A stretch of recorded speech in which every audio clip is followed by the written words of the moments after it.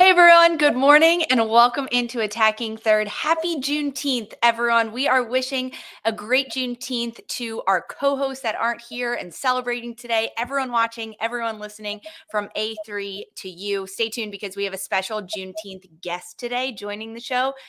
You're not going to want to miss it. We are also doing NWSL Week 13 preview before the summer break. And we're going to cover some big news that dropped over the last day or two alongside McCall Zerboni and Beattie.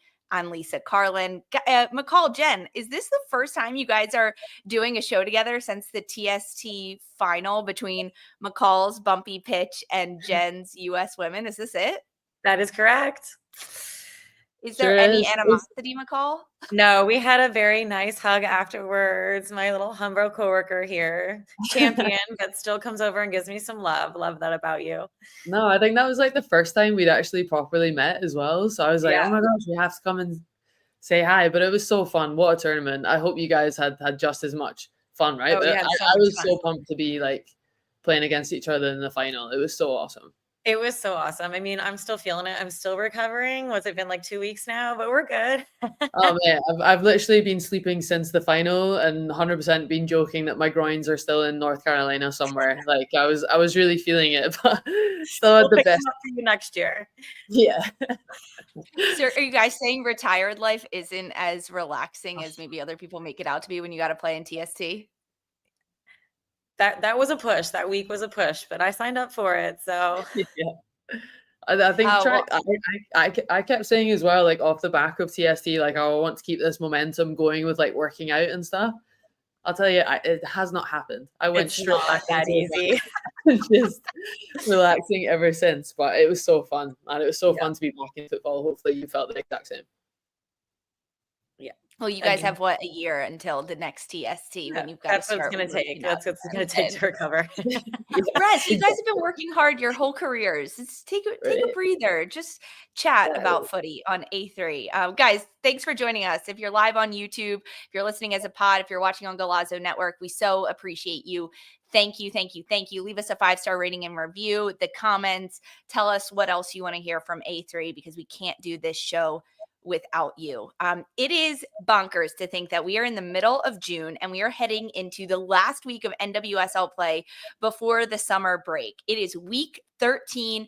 We have a slew of matches coming up in the NWSL, 2 games on Friday, 4 matches Saturday, and then 1 closing out on Sunday between San Diego Wave and Washington Spirit. 10 p.m. Eastern kickoff. You can watch it on CBS Sports Network. This is a really big game because San Diego Wave, they sit 3rd in the standings. Washington Spirit are 4th in the standings heading into this final match week.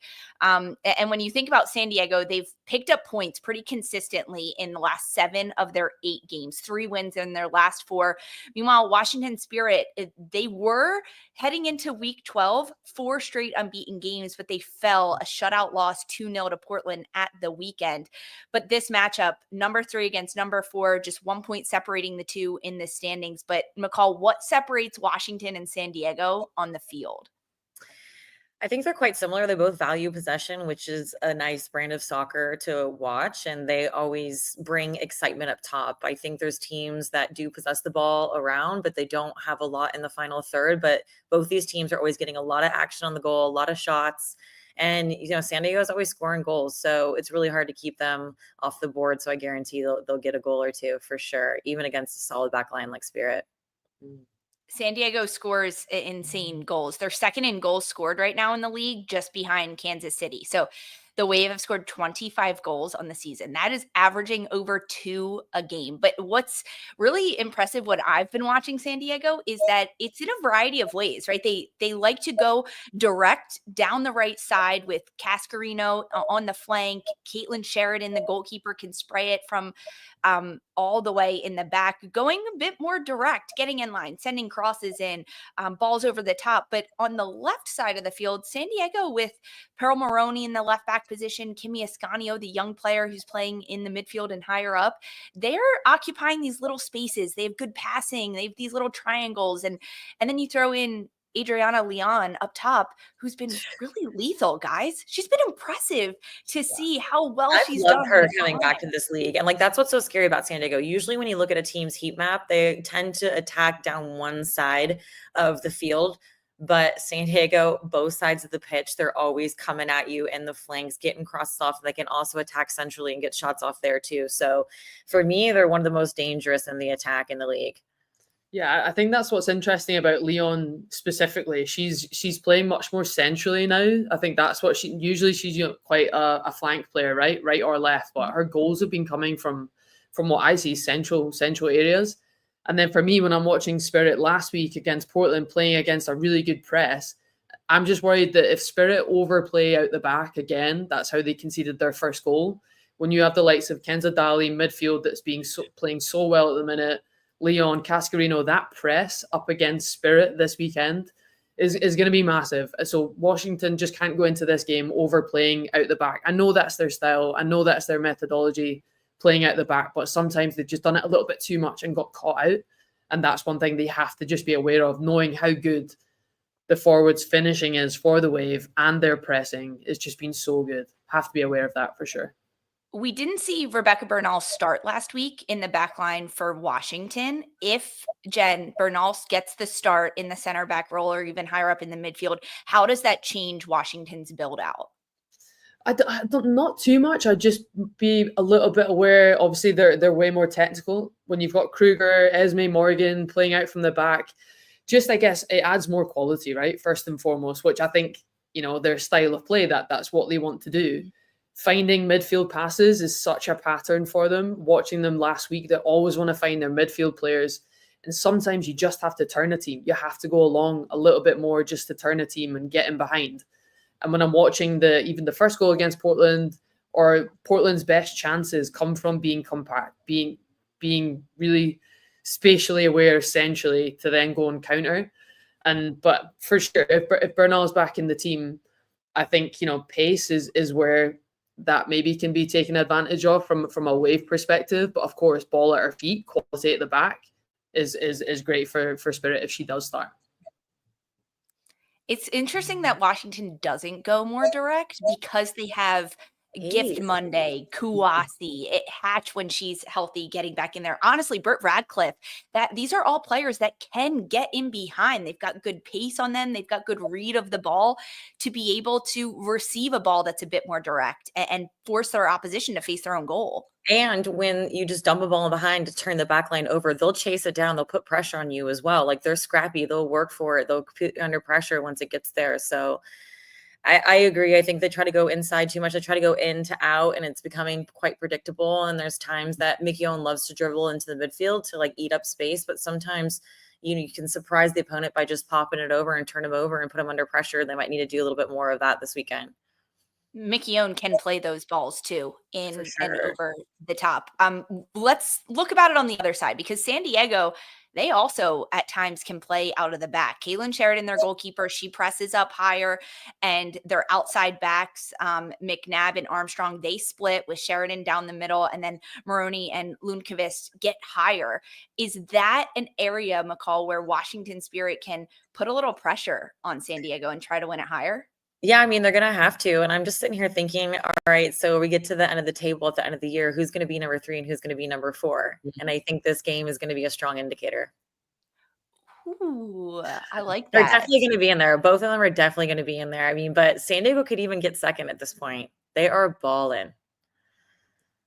Okay, we also have the head coaching position at Washington Spirit. That has just been a lot of turnover. There's a lot of change happening. This is the last game that we will see for Jonatan Giráldez. He is going to coach Lyon, another Michelle Kang owned team in France, starting in July. So this is it for him. Does that change how Washington sets up? How much could we see Adrian Gonzalez be involved? I mean, what is possibly going through the minds of these players right now as they head into this final game with Giráldez? I honestly think Spirit are probably the most interesting team to talk about right now from performance wise, and also the situation with the manager.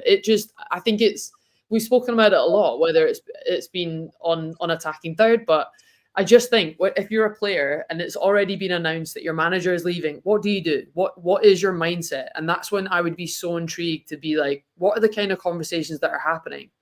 Because he's obviously built a methodology that's, been showed difficulties, right? They had a really good season last season, and it's been difficult. A few more losses this year.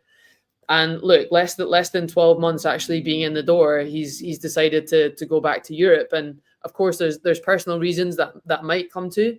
But I think as a player, what do you do? Are you obviously you still have to say what your manager's saying? You're the ultimate pro. You have to follow and just do what the team needs you to do.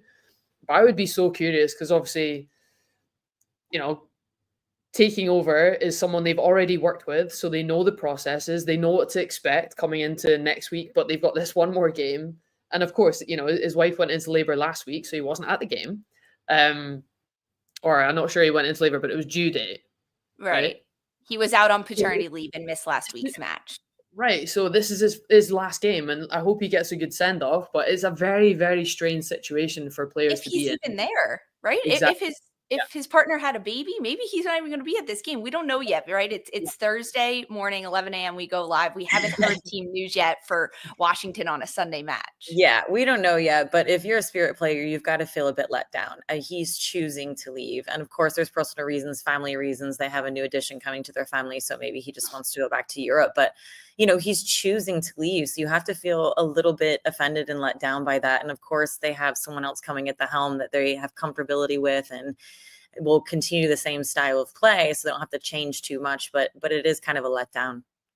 McCall, if you're in that locker room, what are you possibly saying to your teammates? The leaders are massive right now. It's their positive outlook on it. They've got to keep the team ticking and feeling positive again, not feeling offended or let down, and just be like, hey guys, we've got to take this now. And you have to, once there comes a little bit of snippet of, wow, this sucks, or why is he leaving us, that will bleed into a team and it will affect them. So in order for them to keep rolling, they've just got to stay positive and take a great mindset on it.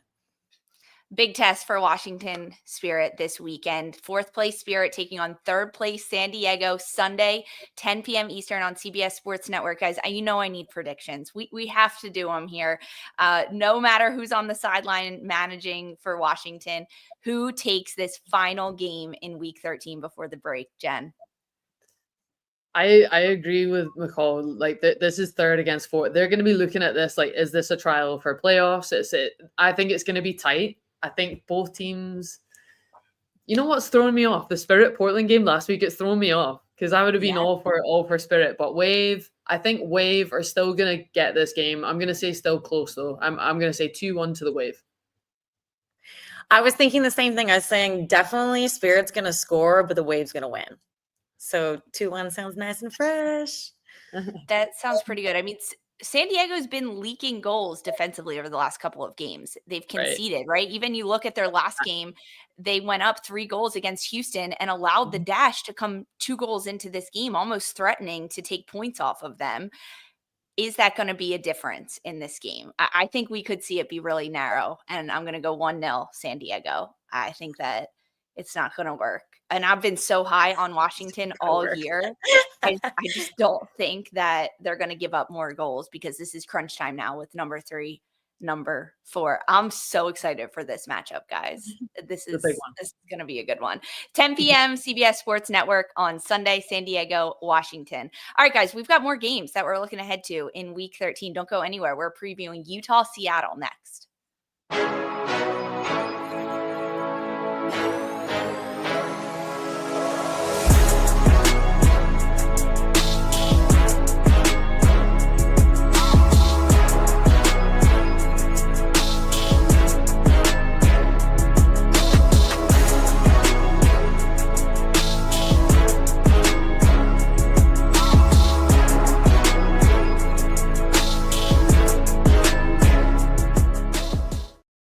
Hey everyone, welcome back to Attacking Third. Utah taking on Seattle Reign this weekend, Saturday, 5 p.m. Eastern. You can watch it on Golazo Network and Paramount Plus. Seattle have climbed the standings at this point. They sit in 6th right now, coming off of a come-from-behind 2-2 draw against the Stars last weekend, both goals coming in the 86th plus minute. With Laura Harvey, McCall, we've seen her ride the waves of season. She's buckled down defensively on how Seattle wants to play this year with a hybrid 3-5 back line. What is the next evolution of this Seattle team as they sit in 6th going against bottom place Utah in 14th? I'm glad you mentioned defensively, because now is the time that all the teams need to start tightening up their defensive pressure and how they want to be going into the second half of the season. This is when you really need to grab points. You can't be letting goals in, and you've got to get this practice in going into the playoffs, because that's when goals become so valuable. And you can't just be, I feel like there's been so many goals this year, just leaking goals in, every team, goals. And I can't decide if that's a lack of focusing on defense or just so much talent that can score on you, So yeah, Laura Harvey, usually she's not giving up this many goals. So she's definitely going to have to work on her defensive pressure and even change her shape at times. I think sometimes they build with 3 out of the back and it leaves them vulnerable, but they need to tighten that up and give away less goals. I think it's hard when you see, obviously, Lou Barnes go off injured, though, early on in a game, who I know has struggled with injuries, but it's been so instrumental in that defense. And usually an Iron Woman, honestly. Yeah. But I think also, regardless of, shape and structure is always number one. But when you're playing up against a player like Ludmila, who just one-on-one just went after They'll destroy you. Yeah, like no matter what you do. And there's so many players in this league that I agree completely with what you're saying. You have to look at structure and shape, but there's so much pace and one-on-one attacking players that can just go at any defense. And I think that's what's kind of the difference when it comes to you can practice shape as much as you want. But I think that the next phase for Seattle, though, I think they came into the game just late, right? G came off the bench, Hoytema as well. Obviously making that halftime substitute with G coming in. That made Biondolo get on the ball so much more for me. So that just made Seattle's attack go from one strength to the other and get them back into the game. Credit to them, though, to go 2-0 down. You kind of know you've got goals in you when you've got players like that coming off the bench, but it just seemed like it flowed and they put pressure. I know Chicago struggled in the last moments of the game. They've thrown results away a lot this season so far. But for Seattle, for me, the next phase for them is becoming more attacking fluid and not leaving it too late in a game. If they want to be there in the end, if they want to get above that playoff line, they have got to get better defensively, for sure. I was really impressed with Sally Menti last week for Seattle in the midfield, because she had to step up in the absence of G, specifically early on in that game. And as the match went on, Menti became more influential on the ball, whether it was sitting in those pockets, being a bounce back midfielder so the back line could keep the ball moving, switching the point of attack, breaking the first line of press that came at her from Chicago. It's going to be a big game in the midfield for Seattle. Yeah, and Tejada will be back, right? Exactly. Tejada will be back from a red card. That last game versus Gotham that they got smashed 3-0, you realize how much Tejada plugs up the midfield for them and helps in their build out and really creates in the attack. Like, she's the only one that's really stringing passes together and being in the right positions to connect and make those triangles so they can actually break pressure. Utah's midfield is one of the best in the league right now, because we see Ana Tejada, Tanaka, and Zornoza. I mean, these are international World Cup winning top level players.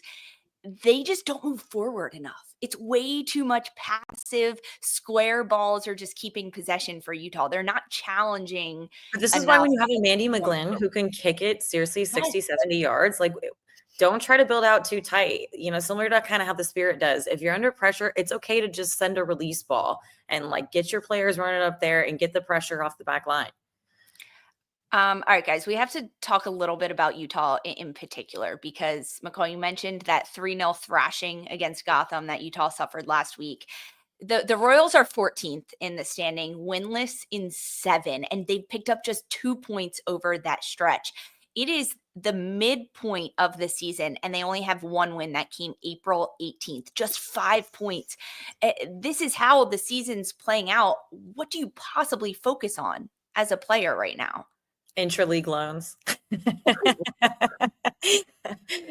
No, but really, Utah is that perfect squad when you're thinking, okay, can we go grab a player from another team who's not getting a lot of minutes, who's on a top team, who's maybe a younger player, and that team thought that they were going to put in significant minutes and they're not. So it's beneficial for both clubs, right? The club that has the player that sends them to Utah, now their player is going to get a whole bunch of minutes and getting experience in the NWSL, and they have salary relief because now Utah's picking it up.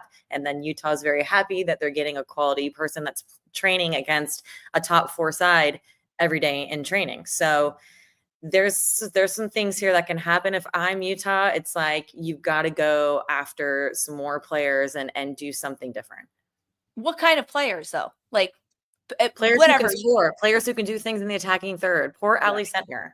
You know, like she's so young and trying to do it all on her own. But just how they have in the midfield, how you were saying, Lisa, they need more refinement and maybe some more international sauce and pizzazz that can really create in the attack and have some variability and be inventive up there. I feel like everything is so predictable from Utah's front line. Yeah, I think when you're spot on. I think when I'm watching Utah, I think Sentner just looks so isolated. And when you're a forward player, if you're not getting the ball or the opportunities that you can, because if you get her on the ball, you will get goals. That's everyone sees that in the national team, and we know what she can do and the quality she has. And I think it is too much of a responsibility for her to have. But no, I think you're right. Intra-league loans, I think now is an opportunity for Utah to, if they do look at that, then I think they have to go for it. But it's not just a forward player for me. I think, Lisa, you're spot on as well. They're conceding far too many goals. To lose 3-0 to Gotham with 2 red cards in a game and still, not get anything out of it, you have to be thinking, right, where are we at mentality as a team and where are we lacking quality-wise? For me, it's kind of all over it's hard to pinpoint a specific area, but Ali Sentner, for me, definitely looks isolated up top in a front line. Okay, so you guys are talking intra-league loans. A player that would make a difference at Utah and help them pick up points has to be pretty high caliber, right? Because we're talking Ali Sentner, who scores braces with the U.S. national team, Mandy McGlynn in goal, who's getting consistent call-ups as a goalkeeper, arguably looking like the number 1 for Emma Hayes right now. What kind of player is going to go to a team that just has 5 points through 12 match days that is going to make a difference? Is that possible? If they were offered more money. A little addendum to the contract. Come on over to Utah. I mean, if you're not playing and you want to get experience, everybody wants to play. Everybody has pride. That's just how it is at the professional level. Like everybody wants to be on that team sheet on game day and they want to be in the 11. And when you're consistently not, it kind of shoots your pride down a little bit. And you think to yourself, is this the right place for me? Should I go try somewhere else for a little while? Especially goal scorers, when they're starved of the ball, kind of how you were saying, how Sentner is isolated, you lose your swag. Like if you're not touching the ball a lot throughout the game and you're not scoring a lot of goals, then you go through this drought and this dry spell, and then you start getting into your head. And like, there's a lot of pressure for, strong attackers in this league. So, if they want to do what's best for their career and get on the ball more and go get more shots on goal, maybe Utah's the place. Lisa, I feel like you've got names in your head, or you just who are you thinking? You've got your managerial hat on. I can feel it. I would love to have my managerial hat on. I honestly don't know a player that would want to go there right now. Like if I'm a young rookie, even if I'm not playing like day in and day out, I am absorbing so much competing with teams that are at the top, right? Or players that are on my team every single day in training.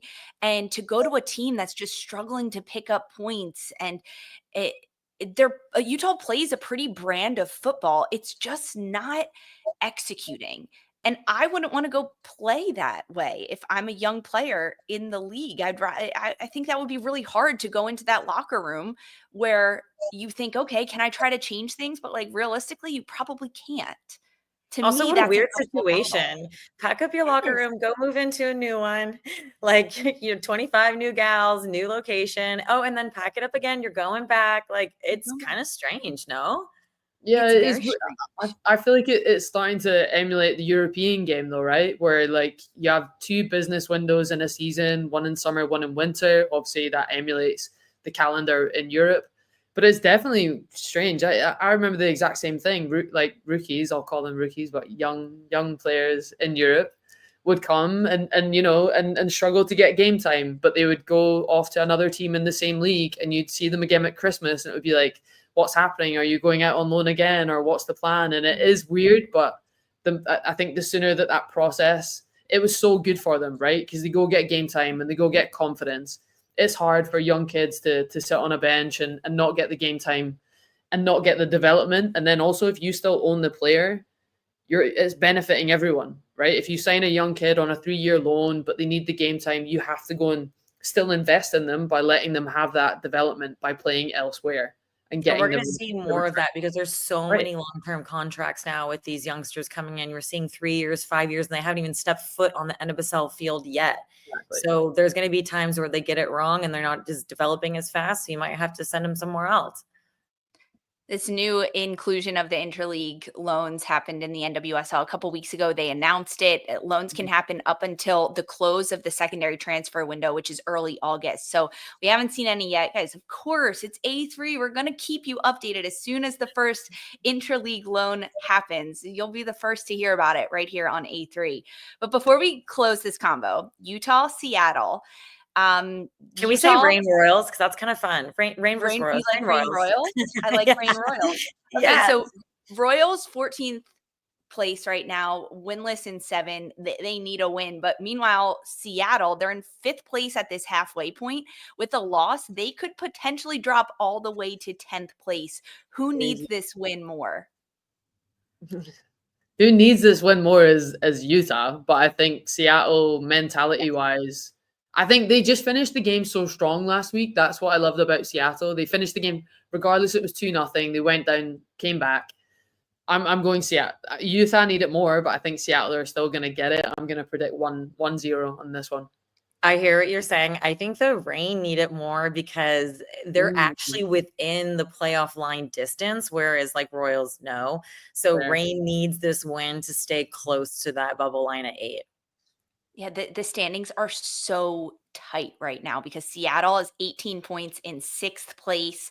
And at the end of this week 13, to drop all the way to 10th with a loss, that could crush you going into the summer break, or it could elevate you. If you get 3 points, you stay above the playoff line. I'm with Seattle needing this way more. Reign need it, and they're going to carry the momentum from their match against the Stars right into this one against the Royals. I'm going Reign over Royals. They get the win. 2-0. 2-0 in this one. I like this game. So this is Saturday, 5 p.m. Eastern. You can watch it on Golazo and Paramount Plus. Don't go anywhere, guys. We've got more A3. We're talking some news that happened earlier this week. Stick with us.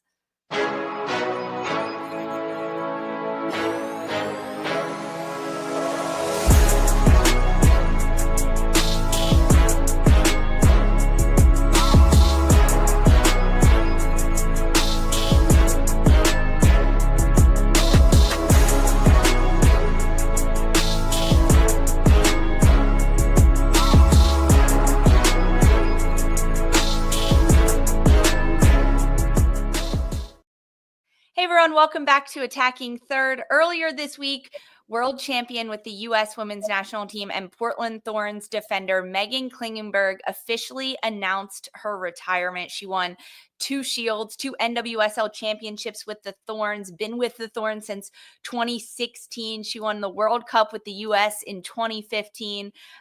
Let's give some love to Kling. McCall, you played with her, against her a lot in the NWSL. What kind of teammate was Meghan Klingenberg? She's so much fun. Honestly, she's a kind of person who cultivates like really cool people around her. Like if you start meeting her friends and who she hangs with and stuff, like she's just so rad in all the ways. And she's that kind of person, like she just stares in your eyes like she's an investor, like a real intentional person. And she's super thoughtful teammate. And she'll just come over and like sit next to you and she'll just look at you and be like, so how you doing today, McCall? And like hold it real long, you know, like she's just a really good person like that. But when she first came to our team in 2012, this was the gap year. We were playing for the Flash in upstate New York. Gap year after the WPS folded right before the NWSL started. So this was in 2012. She came to our team and she was playing midfield at the time. And I remember thinking like, dang, this girl's like a little like Barcelona Xavi. Like she's just like shredding away in there, running around, endless energy. Like, she's similar to how she plays on the field as her personality off the field, just buzzing, full of energy, happy. Like, she's so great.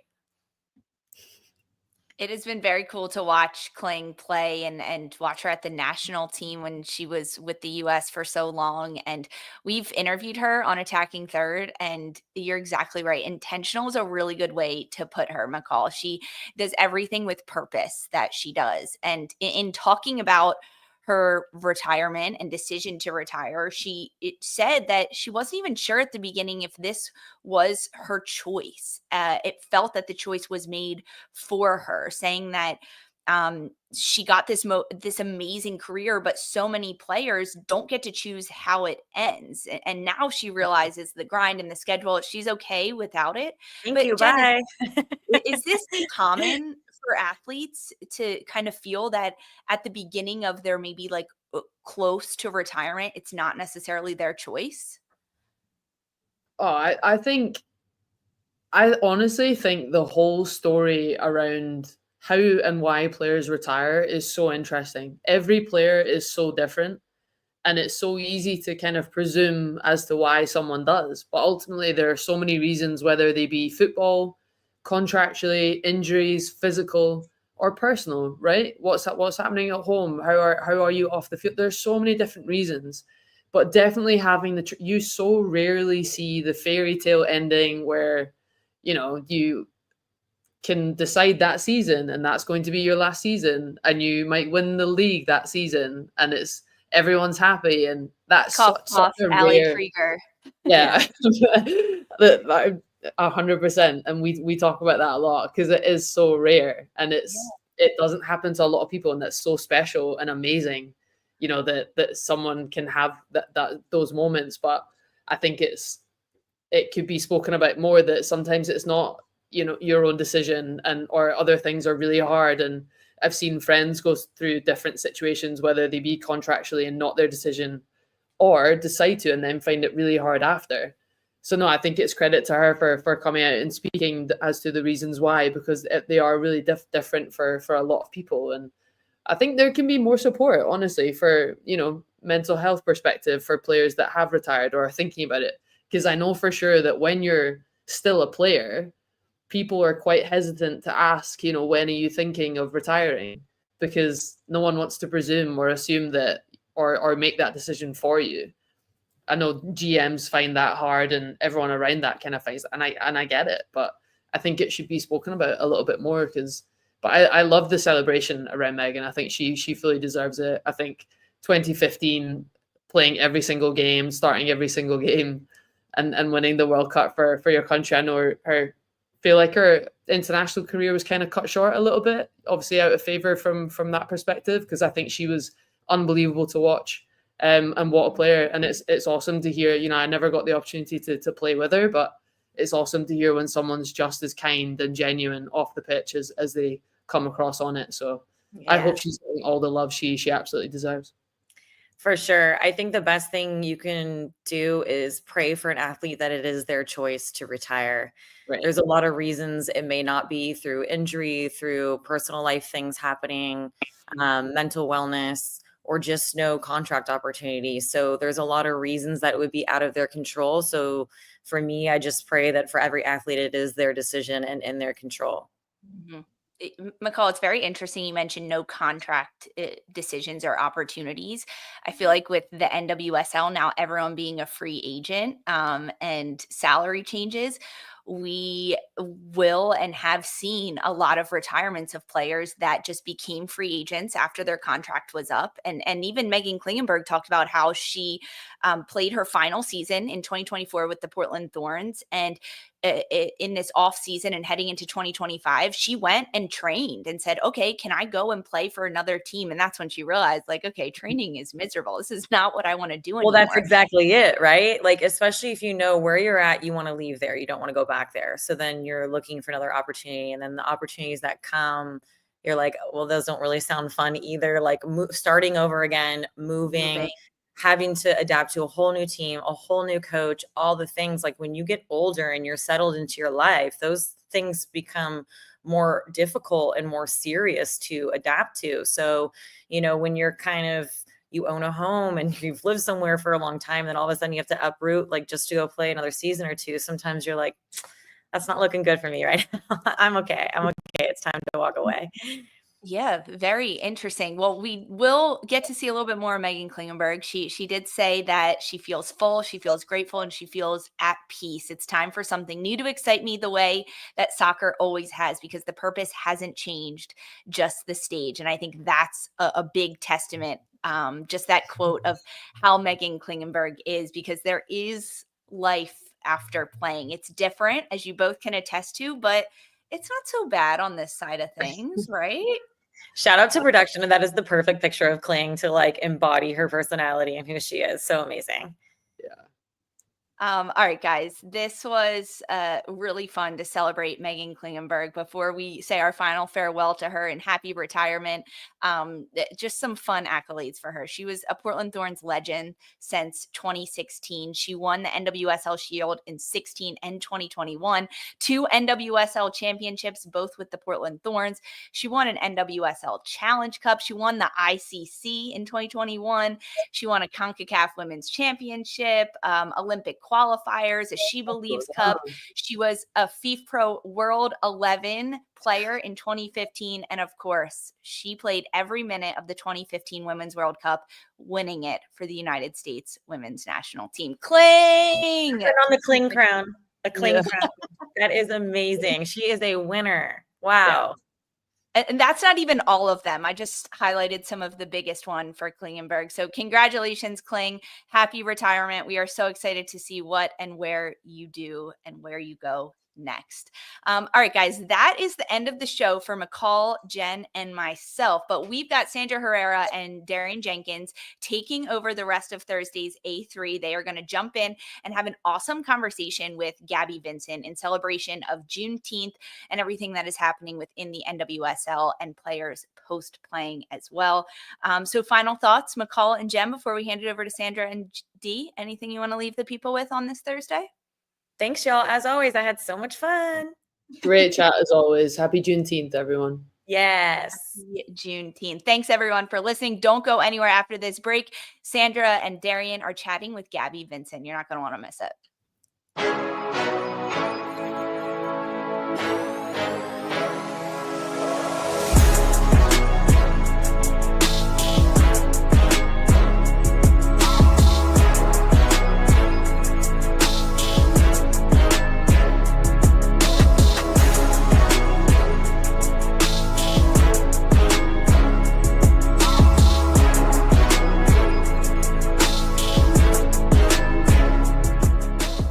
Hello and welcome back to Attacking Third. I'm Sandra Herrera, joined alongside Darian Jenkins, and we have a very special interview today. We are joined by Gaby Vincent, one of NFL's most finest former player in the league. You might have seen her play alongside Utah Royals. You might have seen her play alongside Kansas City. You might have even seen her alongside Washington Spirit. And we are so happy that she is joining us on Attacking Third, because we're going to chat about all things June. Let's just say we're going to chat all things Juneteenth. We might even get into a little bit of pride discussion as well, because we love celebrating all along the way in June. Gaby, thanks for joining us on Attacking Third. We're so happy you're here.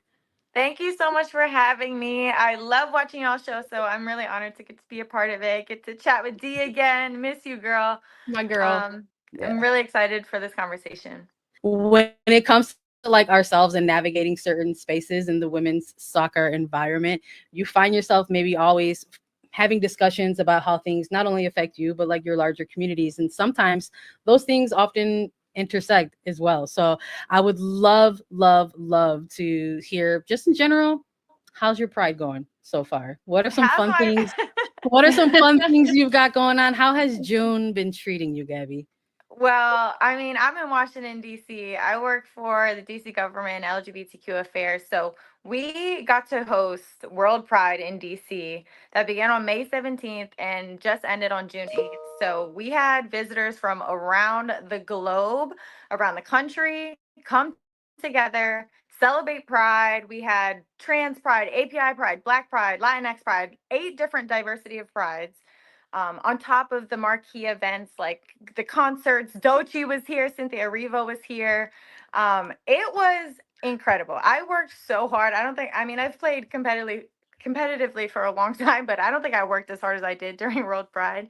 But I feel like soccer prepped me to, grind, get in that mode. It was like preseason, and then it was, the championship. And I feel like we won. I feel like it was a huge success, especially right now. It's a really difficult time for a lot of queer people in our country, in the world. And so to get to come to the nation's capital together with all people from across the world, celebrating Pride, laying the groundwork for advocacy. We had a human rights conference. It refilled my cup. I think we've all been going through different emotions recently, just with different things happening. But I think for me, World Pride, having everyone come to DC, the city that I've fallen so much in love with, was really special, once in a lifetime. And my cup is full. I had to rest and recover for a week, but now I'm getting back to the full swing of things. So my Pride, I would say, has been 10 out of 10 so far. Love it. I love to hear that. I love to hear that, Gavin. Doechii was here. Yeah, I'm a big fan. Yeah, I love that. That is so cool. But Gab, just hearing you talk about all of these incredible things that you're doing off the pitch, giving back to a wide variety of, what Sandra said, intersectional communities. To me, it makes so much sense just knowing you from when we played together in Kansas City. You've been such a good friend even since then. But was that something when you were playing that you knew you wanted to transition into and advocate for when you retired and stepped away from the game? I love this question because honestly, I didn't know. My dad growing up, he was a social worker. So we've always been like in the community, like we are going to help people if we have the ability to help people. So it was just natural to me, but I didn't think of it as like in terms of a career. But it's funny because Lola Bonta, I remember she pushed me to be the player rep for the Players Association. And I had never really like stepped up in a leadership role in the league yet. So I was like a little nervous about it, but she was like, you can do it. You care about the people. Like, we need a young representative on this. Do it. And that kind of sparked for me, like, wow, like maybe I could be good at this. Maybe this is my passion. Maybe this is something I would like to continue after my career. And then when I came to the Spirit, I was the player rep for the Black Women's Player Collective. So then I made those connections there. And then I realized, okay, this is really my niche. And I had so many amazing teammates that I just like really envied, like UD, of course, when we were always in community work, when we were teammates. Ziera King like was huge and just always like sticking up for what's right, no matter the cost, or no matter like what type of attention it would bring to you. And just that really showed me how to use my platform. And it also showed me to myself that I actually genuinely care about this work and I want to keep doing this work. So when it came time for me to, okay, I think I'm done playing. What's next? Now I got to get a job. I got to find a place to live. And I had made connections with the mayor's office already. Being an out queer person, I was always doing Pride activations when I was with the Spirit. So I already had that relationship with the mayor's office of LGBTQ affairs. And then this position opened up. And I'm grateful that I have it. And so, yeah, it wasn't always clear to me, but I think once I got that initial push and people saw it in me, I was like, I got to go for this. This is what I wake up in the morning and actually care about and want to do work in. So I'm grateful that I have a position where I get to do that as my full-time job. While we started this with just like a check-in on how your Pride has been going.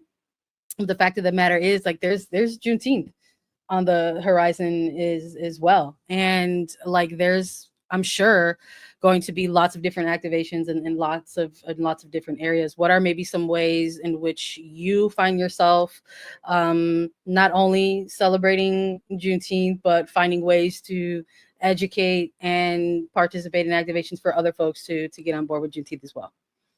Yeah, I think celebrating Juneteenth is not only will you have so much fun, but it's so important. I feel like just being out in community, learning history, that's all of our history that not everyone was taught, and just, getting to be in those joyful moments. I think a lot of times especially like in media representation and stuff, it's always negative. It's always like, oh, this is something bad is happening. But this is a moment to, reflect on something that's in our history, but then celebrate it. And then, this is what Black communities are doing now. This is what we have. Support Black businesses, support Black artists, support Black drag performers. That's one of my favorite things. That's how I like to partake.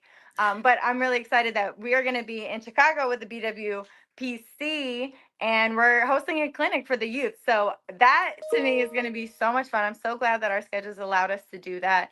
And we're going to host a little 5v5 tournament with the youth, and hopefully introduce some young Black girls into the game and show them how it can be fun, but also just get together, have fun, cookout style, music, just be outside vibes.